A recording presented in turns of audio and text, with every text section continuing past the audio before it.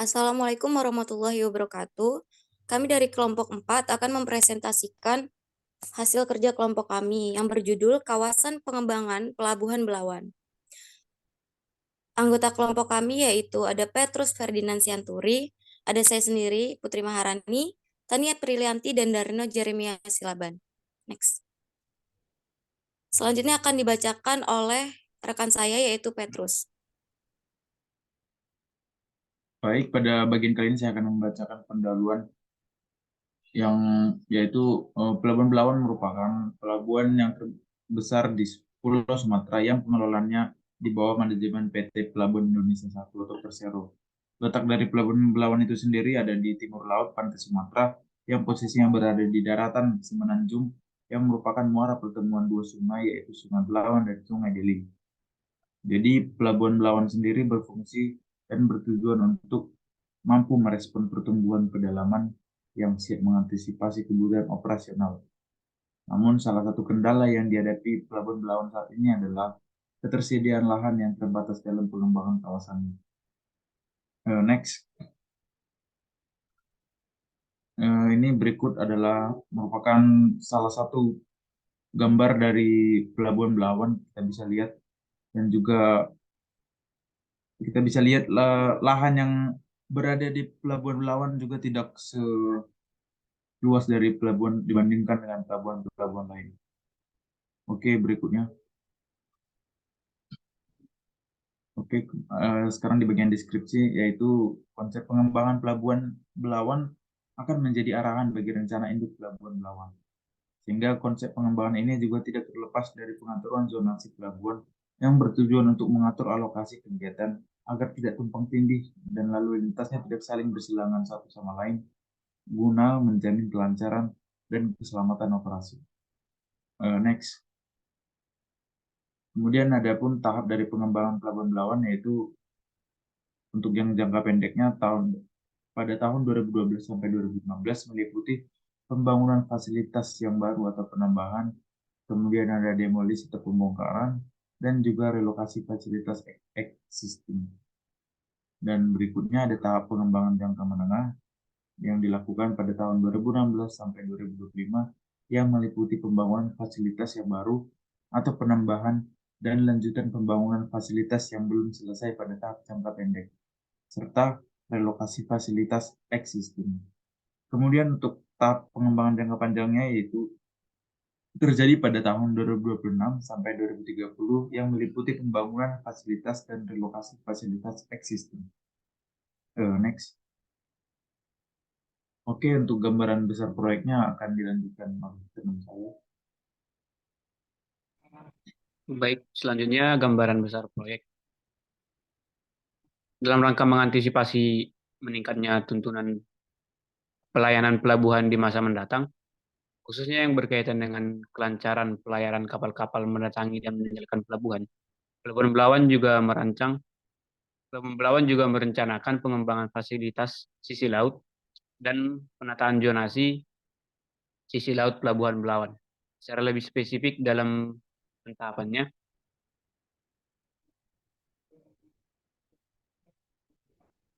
program-program pengembangan Pelabuhan Belawan dibagi menjadi 3 tahap, yaitu yang pertama pengembangan jangka pendek tahun 2011 sampai 2015, yang kedua pengembangan jangka menengah tahun 2016 sampai 2025, yang ketiga pengembangan jangka panjang tahun 2026 sampai 2030.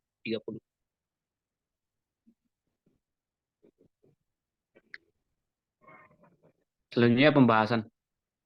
Pelabuhan Belawan adalah pelabuhan yang terletak di kota Medan, Sumatera Utara, Indonesia, dan merupakan pelabuhan terpenting di Pulau Sumatera. Pelabuhan Belawan adalah sebuah pelabuhan dengan tingkat kelas utama yang bernaung di bawah PT Pelindo.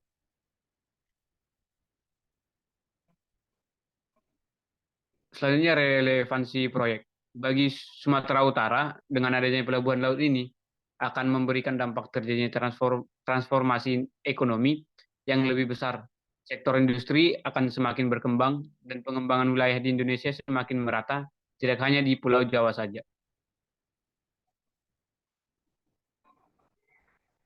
Oke, selanjutnya akan dijelaskan oleh rekan saya. Peraturan perundang-undangan yang berlaku. Undang-Undang Republik Indonesia Nomor 13 Tahun 2003 tentang Ketenagakerjaan. Kemudian ada Undang-Undang Nomor 32 Tahun 2009 tentang Perlindungan dan Pengelolaan Lingkungan Hidup. Next. Kemudian ada Rencana Pemantauan dan Pengolahan Lingkungan. Tahap prakonstruksi. Komponen yang terdampak yaitu sikap dan persepsi masyarakat. Sumber dampaknya, kegiatan konsultasi publik yang menimbulkan saran, pertanyaan, dan tanggapan dari masyarakat. Upaya pengolahannya yaitu memberikan informasi yang lengkap dan terbuka kepada masyarakat terkait dengan pengembangan Pelabuhan Belawan. Next. Tahap konstruksinya, komponen yang terdampak yaitu penurunan kualitas udara. Sumber dampaknya yaitu mobilisasi bahan atau material, pembongkaran atau demolis fasilitas, dan penanganan bekas bahan atau material. Upaya pengolahannya yaitu melakukan uji emisi terhadap kendaraan, pengangkut serta peralatan mekanis yang digunakan sehingga kadar emisinya memenuhi BM yang dipersyaratkan. Kemudian ada komponen yang terdampaknya yaitu kualitas air laut dan biota air. Sumber dampaknya yaitu kegiatan reklamasi dan peningkatan kapasitas alur atau pembuatan alur pelayaran baru. Upaya pengolahannya yaitu sebelum kegiatan reklamasi dilakukan, terlebih dahulu areal reklamasi diblok di bagian tepinya. Hal ini untuk mengurangi pergerakan sedimen ke arah tengah, bagian kiri dan kanan air perairan. Next. Kemudian ada komponen yang terdampaknya yaitu kecemburuan sosial. Sumber dampaknya yaitu penerimaan tenaga kerja konstruksi, yakni perbedaan pendapat antara tenaga kerja lokal dengan tenaga kerja non-lokal. Upaya pengolahan menghimbau kepada kontraktor pelaksanaan agar menyampaikan kepada calon tenaga kerja secara transparan aturan-aturan yang akan dipenuhi oleh mereka.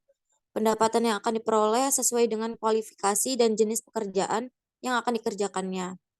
Kemudian ada komponen yang terdampak lainnya yaitu prevalensi penyakit. Sumber dampaknya yaitu penurunan kualitas udara dan peningkatan kebisingan akibat dari mobilisasi bahan atau material bangunan, pembangunan fasilitas, pembongkaran atau demolis fasilitas. Upaya pengolahannya yaitu mencegah atau meminimalisasi penurunan kualitas udara dan peningkatan kebisingan. Next. Kemudian ada komponen terdampak lainnya yaitu kebisingan. Sumber dampaknya yaitu bunyi mesin-mesin industri dari kegiatan lain yang ada dalam daerah kerja Pelabuhan Belawan dan bunyi mesin kendaraan pengangkut yang keluar masuk kawasan pelabuhan. Upaya pengolahannya yaitu menghimbau industri yang berpotensi berkontribusi dalam peningkatan kebisingan di kawasan pelabuhan agar melakukan perawatan mesin-mesin yang digunakan secara rutin, mengurangi kecepatan kendaraan pada saat melintas dalam kawasan pelabuhan. Kemudian ada komponen yang terdampak lainnya yaitu sedimentasi. Sumber dampaknya yaitu kegiatan penanganan sampah.